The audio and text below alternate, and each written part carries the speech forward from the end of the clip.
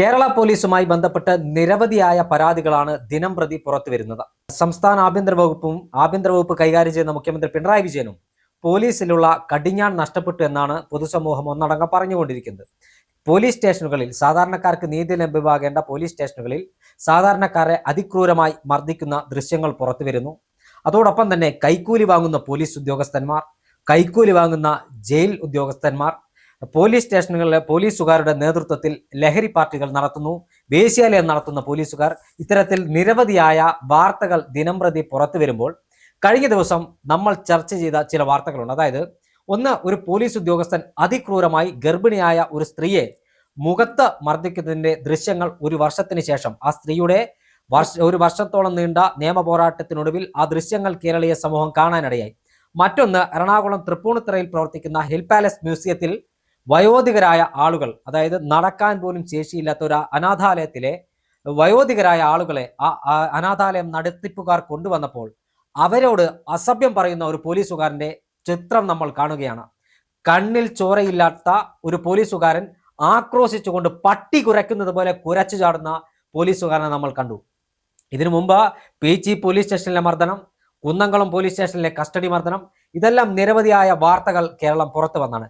പക്ഷേ അതോടൊപ്പം തന്നെ വിട്ടുപോയൊരു കാര്യം, ഉമേഷ് എന്ന് പറയുന്ന കോഴിക്കോട് മെഡിക്കൽ കോളേജ് ACP ആയിരുന്ന ഉമേഷ് പാലക്കാട് ജില്ലയിൽ ജോലി ചെയ്യുമ്പോൾ ഒരു സ്ത്രീയെ ഒരു കേസിൽ അറസ്റ്റ് ചെയ്ത സ്ത്രീയെ അവരുടെ വീട്ടിൽ കയറി അവരെ ടെറസിന് മുകളിലേക്ക് വലിച്ചിഴച്ചു കൊണ്ടുപോയി മാനഭംഗപ്പെടുത്തിയ ഒരു തമ്മാടിയായ പോലീസ് ഉദ്യോഗസ്ഥൻ ഉമേഷ് എന്ന് പറയുന്ന തമ്മാടിയെ സംരക്ഷിക്കുന്ന സാഹചര്യം നമ്മൾ കാണുകയാണ്. എന്തുകൊണ്ടാണ് ഇത്തരത്തിൽ ആഭ്യന്തര വകുപ്പ് ഇത്തരം ക്രിമിനലുകളെ സംരക്ഷിക്കുന്നത്? എന്തുകൊണ്ടാണ് ഇത്തരം ഉമേഷിനെ പോലെയുള്ള പരിപാവനമായ അശോകസ്തംഭം തലയിൽ ചൂടാൻ ഒരു യോഗ്യതയുമില്ലാത്ത ഇത്തരത്തിലുള്ള ക്രിമിനലുകളെ എന്തുകൊണ്ടാണ് ആഭ്യന്തര വകുപ്പ് സംരക്ഷിക്കുന്നത്? മുഖ്യമന്ത്രി പിണറായി വിജയൻ ഇത്തരത്തിൽ ഉമേഷുമാർക്ക് താരാട്ട് പാടുകയല്ലേ ഇപ്പോൾ ചെയ്തുകൊണ്ടിരിക്കുന്നത്? ചേട്ടാ, നമുക്കറിയാം കേരളത്തിന്റെ ആഭ്യന്തര വകുപ്പ് എന്ന് പറയുന്നത് പരാജയമാണ്. പക്ഷേ സർക്കാർ ഇപ്പോഴും പറയുന്നത് കേരളത്തിന്റെ ആഭ്യന്തര വകുപ്പ് എന്ന് പറയുന്നത് ഏറ്റവും മികച്ചതാണ് എന്നാണ്. നമുക്കറിയാം ഈ ജയിലിൽ കിടക്കുന്ന ജയിൽ പുള്ളികളുടെ കയ്യിൽ നിന്ന് പണം വാങ്ങി അവർക്ക് യഥേഷ്ടം ലഹരി ജയിലുകളിൽ എത്തിക്കുന്നത്, അവരുടെ കയ്യിൽ നിന്ന് കൈക്കൂലിയായി പണം വാങ്ങി അവർക്ക് വേണ്ട സൗകര്യങ്ങൾ ജയിലിനകത്ത് ചെയ്തു കൊടുക്കുന്നത് ജയിൽ ഉദ്യോഗസ്ഥരാണ്. നമുക്കറിയാം ജയിൽ DIG ആയിട്ടുള്ള വിനോദ് എന്ന് പറയുന്ന ആളുടെ പേരിലുള്ളത് ജയിൽ പുള്ളികൾക്ക് വഴിവിട്ട സഹായം, ഉൾപ്പെടെയുള്ളവർക്ക് വഴിവിട്ട സഹായം നൽകുന്നു, പണം കൈപ്പറ്റുന്നു, ജയിലിൽ കിടക്കുന്നവർക്ക് വേണ്ടതെല്ലാം ചെയ്തു കൊടുക്കുന്നു. അപ്പൊ ഈ ഒരു വിഷയത്തില് ഇദ്ദേഹത്തെ സസ്പെൻഡ് ചെയ്ത് മാറ്റിയില്ല എന്നുണ്ടെങ്കിൽ തെളിവുകൾ നശിപ്പിക്കുമെന്ന് വിജിലൻസ് പോലീസ് പരാതി നൽകിയിട്ട് പോലും സർക്കാർ ഒരു നിലപാടും എടുത്തിട്ടില്ല ഈ വിഷയത്തിൽ. ഈ വിനോദ് എന്ന് പറയുന്ന ആള് കൊടിസുനി പോലുള്ള ആളുകളുമായിട്ട് ഇത്രത്തോളം ബന്ധമുണ്ടെങ്കിൽ തീർച്ചയായും CPM-ന്റെ മാനസപുത്രനാണ്. CPM-ന്റെ മാനസപുത്രനായതുകൊണ്ട് മാത്രമാണ് വിനോദിനെ ആഭ്യന്തര വകുപ്പ് സംരക്ഷിക്കുന്നതെന്ന് നമുക്ക് അർത്ഥശങ്കയ്ക്കിടയില്ലാത്ത വിധം പറയാൻ സാധിക്കും. അതുപോലെ പത്തനംതിട്ട SP ആയിരുന്ന വിനോദ് കുമാർ 2 വനിതാ SI-മാരെ ബലാത്സംഗം ചെയ്യാൻ ശ്രമിച്ചു, അല്ലെങ്കിൽ മോശമായി പെരുമാറി എന്ന് പറയുന്ന ഒരു കേസിൽ പ്രതിയാണ്. ഇദ്ദേഹത്തിനെതിരെയും യാതൊരു നടപടി എടുത്തിട്ടില്ല.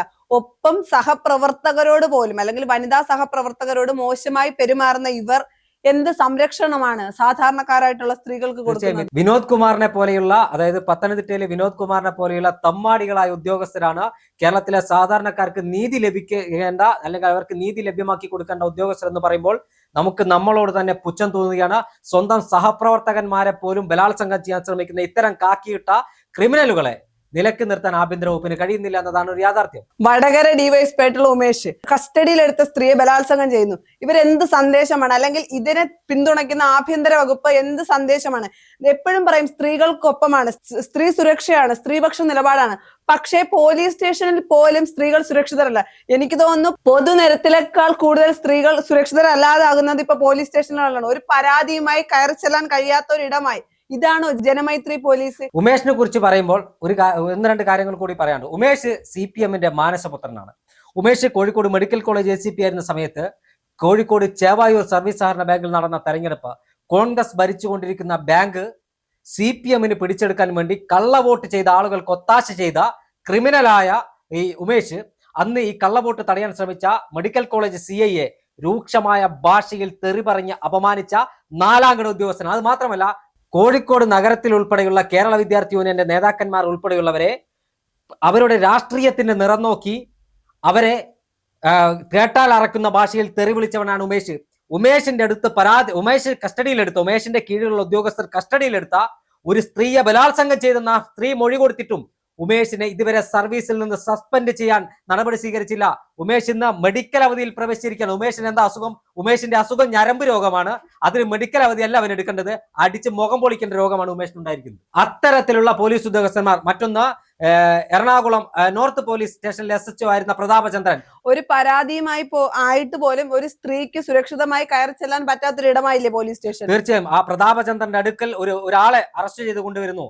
അദ്ദേഹത്തിന്റെ ഭാര്യ, അതായത് ഒരു ക്രിമിനൽ കേസിലെ പ്രതിയോ അല്ലെങ്കിൽ ഒരു ബലാത്സംഗ കേസിലോ പ്രതിയോ അല്ല, അദ്ദേഹത്തിന്റെ ഭാര്യ പോലീസ് സ്റ്റേഷനിലേക്ക് കടന്നു വരുമ്പോൾ ആ സ്ത്രീയുടെ മാറിടത്തിൽ പിടിച്ച് അവരുടെ മുഖത്തടിക്കുന്ന പോലീസുകാരന്റെ ദൃശ്യം കേരളം കണ്ടതാണ്.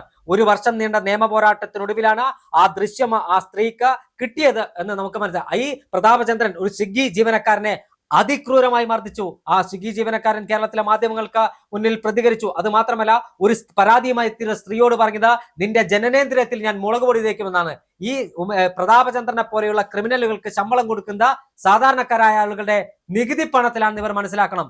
മറ്റൊരു പോലീസിന്റെ ഏറ്റവും അടുത്ത് പുറത്തു വന്നത് ഈ ഹിൽ പാലസ് മ്യൂസിയത്തിൽ സന്ദർശിക്കാനെത്തിയ വയോധികരോട് അപമര്യാദയായി പെരുമാറിയ ഒരു പോലീസ് ഉദ്യോഗസ്ഥന്. ആ പോലീസ് ഉദ്യോഗസ്ഥനെ മന്ത്രി കടന്നപ്പള്ളി രാമചന്ദ്രൻ ഇടപെട്ടതിനെ തുടർന്ന് ഇപ്പോൾ സസ്പെൻഡ് ചെയ്തിട്ടുണ്ട്. പക്ഷേ സസ്പെൻഷൻ ഇവർക്ക് ഒരു പൂമാലയാണ്. ഇവർക്ക് ജോലി ചെയ്യാതെ വീട്ടിൽ നിന്ന് ശമ്പളം പറ്റാൻ കഴിയുന്ന ഒരു കാര്യമാണ് ഈ സസ്പെൻഷൻ. ഇത്തരം ക്രിമിനലുകളെ സർവീസിൽ വെച്ചിരിക്കാൻ പാടില്ല. ഇത്തരം ക്രിമിനലുകൾക്കെതിരെ ശക്തമായ നടപടി സ്വീകരിക്കണം. എന്തായാലും കേരളത്തിന്റെ ആഭ്യന്തര വകുപ്പ് കുത്തഴിഞ്ഞിരിക്കണം. ഉമേഷിനെ പോലെ പ്രതാപചന്ദ്രനെ പോലെയുള്ള ക്രിമിനലുകൾ ആഭ്യന്തര വകുപ്പ് കൈയാളുമ്പോൾ ഇത്തരം ക്രിമിനലുകളെ പടിയടച്ച് പിണ്ടം വെക്കാൻ, ഇത്തരം ക്രിമിനലുകളെ സർവീസിൽ നിന്ന് പുറത്താക്കാൻ, പരാതിയുമായി എത്തുന്ന സ്ത്രീകളെ മാനഭംഗപ്പെടുത്തുന്ന ഉമേഷിനെ പോലുള്ള ആളുകൾ 1 മിനിറ്റ് പോലും സർവീസിൽ തുടരുത്. ഇവർക്കെതിരെ നടപടി സ്വീകരിക്കാൻ ആഭ്യന്തര വകുപ്പും മുഖ്യമന്ത്രിയും തയ്യാറാകണം. അല്ലെങ്കിൽ മുഖ്യമന്ത്രിക്ക് ഇവരുമായുള്ള അവിശുദ്ധ ബന്ധത്തിന്റെ പേരിലാണ് ഇവരെ സംരക്ഷിക്കുന്നതെന്ന് കേരളീയ സമൂഹം വിലയിരുത്തും.